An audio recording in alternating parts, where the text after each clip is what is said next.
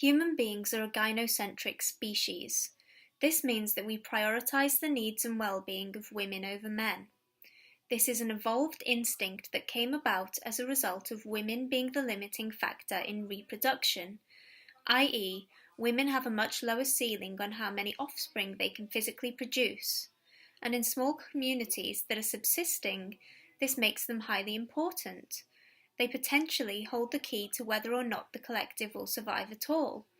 If a small tribe is going to lose either a bunch of sperm or a bunch of wombs, they're going to want to go for the former if their aim is to survive.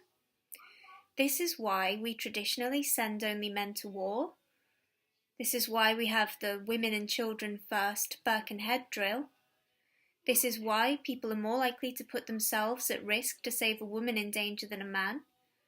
And it's why we have feminism. Feminism has taken our gynocentrism and weaponized it. Men's role in this evolutionary sense is to act as a genetic filter, both to mitigate gene replication errors, i.e., preventing less successful combinations multiplying by barring many men from reproducing, and to produce and retain genetic recombinations that enhance the fitness of offspring.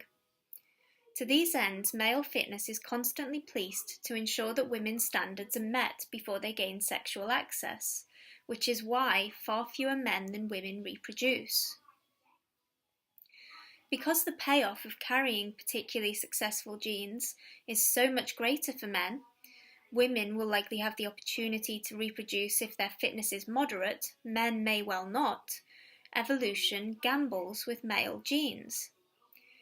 This results in very different bell curves for men and women in terms of IQ and physical and psychological health, with men being overrepresented at either end of the distribution, particularly intelligent and or healthy, or unintelligent and or unhealthy, and women clustering around the middle.